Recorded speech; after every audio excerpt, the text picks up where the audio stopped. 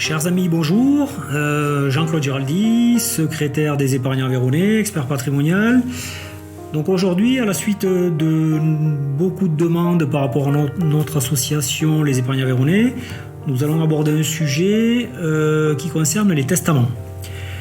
Donc les testaments, donc nous allons parler de quoi? Donc quels sont les différents types de testaments?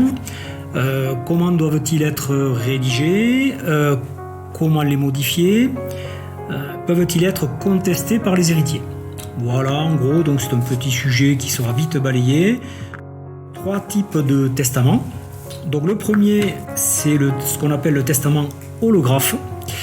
Un testament holographe, c'est un testament qui est écrit de la main du testateur, c'est-à-dire de l'auteur du testament. Il doit être daté et signé.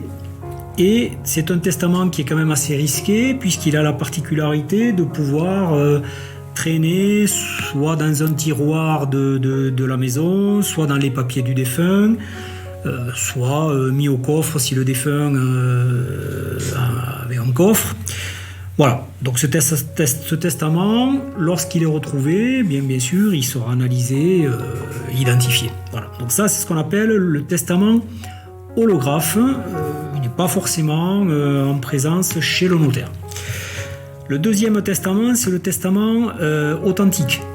Donc ce testament, il est dicté au notaire, assisté de 2 témoins. Et il est daté, signé et enregistré. Donc là, il n'y a pas d'ambiguïté, puisqu'il est enregistré, il y a des témoins, il est chez le notaire, donc c'est ce qu'on appelle le testament authentique. Et en fait, le dernier testament, c'est le testament le mystique.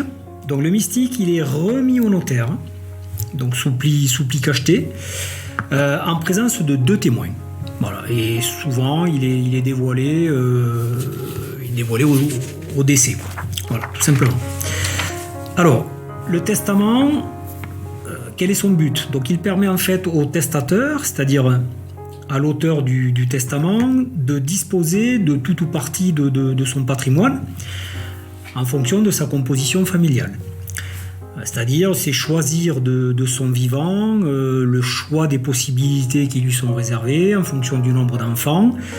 Et notamment, vous savez que les enfants sont ce qu'on appelle les réservataires. Et le testateur, l'auteur du testament, dispose de ce qu'on appelle une quotité disponible. Et donc cette quotité disponible, il peut la donner soit à un étranger, une personne qui ne fait pas partie de la famille, soit d'avantager un enfant. Donc souvent les questions qui reviennent, c'est puis-je avantager un enfant, puis-je déshériter un enfant? Voilà, donc tout ça sont des questions qui permettent d'être résolues par le biais d'un testament. Donc ce qu'il faut savoir aussi, c'est que tous les testaments peuvent être changés. C'est le dernier en date qui prendra le relais, qui compte en fait. Vous pouvez faire 2-3 testaments sur une période, sur 4, 5 ans, 10 ans, mais ce sera le dernier à la dernière date qui prendra en compte tous les éléments et qui sera validé par le notaire. Autre point important, tous les testaments peuvent être contestés par les héritiers.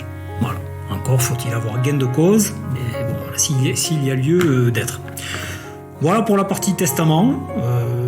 Pour de plus amples renseignements ou plus d'informations, n'hésitez pas à nous contacter sur le site qui s'affichera en bas de page sur les épargnants aveyronnais ou au numéro de téléphone, ou me contacter directement.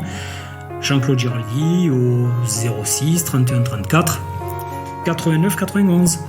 Au revoir.